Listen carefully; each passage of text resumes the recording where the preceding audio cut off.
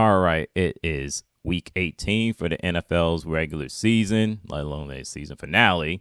But there are teams are fighting for the top 5 pick or the number 1 overall pick, or fighting for the number 1 seed, for the playoffs to go on a little run to get to the Super Bowl and win it all. As for the Carolina Panthers taking on the New Orleans Saints in the Big Easy, New Orleans, Louisiana, it ain't happening. Both teams are heading off for the offseason, get ready for 2023's season. Now, Carolina won the game and they swept the New Orleans Saints for the first time since 2015, and I am happy about that. I wish they would have done that against the Atlanta Falcons. I would have been happy. And don't get me started with the Tampa Bay Buccaneers game. I can go off the deep end and cuss out everybody, including so-called football analysts on Twitter sitting there saying, it's not Steve Wilkes' fault. He didn't lose the game against the Tampa Bay Buccaneers. Don't get me started on that one. Now, the Carolina Panthers won in 3 positions. They won the time possession, they won the third down conversion, and the rushing, which they had 171 rushing yards versus 143 for New Orleans Saints. So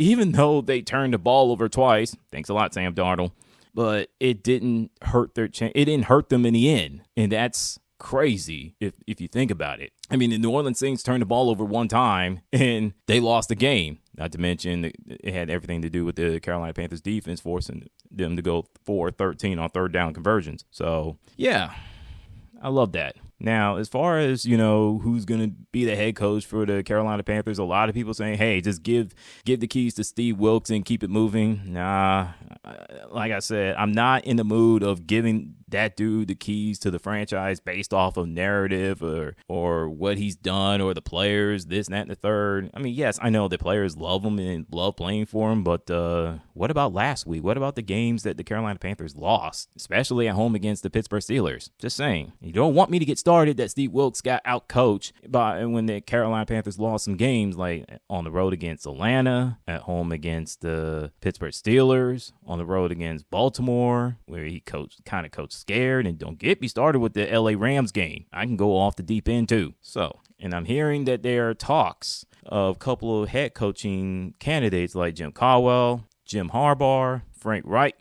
Okay. Oh boy, that's going to be interesting to say the least. So I wonder who Carolina Panthers going to draft at number 9. Are they going to go for quarterback? Or are they going for wide receiver? Are they going to go for a cornerback or defensive tackle, defensive end? It's up in the air, So I would love to do a Various Thoughts Volume 198 video and give y'all my final grade for the Carolina Panthers. But you know what? I might as well do it now since I am doing a Carolina Panthers review video. I will give the Carolina Panthers a D+. The plus, they didn't quit. They didn't throw in the towel. They didn't tank like most people thought they would. But the D side, well, they didn't make the playoffs, and Matt Rule didn't help at all, where they got off to a 1-4 start, which that got him fired, and they got off to a 1-5 start. So the offense just didn't look right at all. Injuries did play a role. The defense, they got hit with injuries late in the season,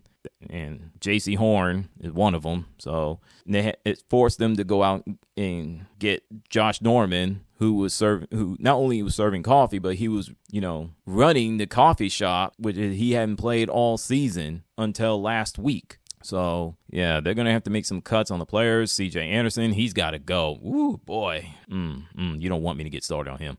So, with that in mind, what's your thoughts on the Carolina Panthers game, that unwatchable NFC South Division matchup against the New Orleans Saints? I know they won 10-7, but let me tell you something. It was boring. It was almost unwatchable. And not only I'm glad the season's over, I'm also happy that I won't have to hear trash commentating. The amount of trash that I'm hearing in commentating, especially in today's football, is just astounding. And you don't want me to get started with the apologists like with Sam Darnold or freaking Baker Mayfield. I better end the video before I say something I'll truly regret. And with that in mind, throw y'all a salute. What's your thoughts? I'm out. Various Thoughts Volume 198 will be out later this month. And Damar Hamlin, keep your head up.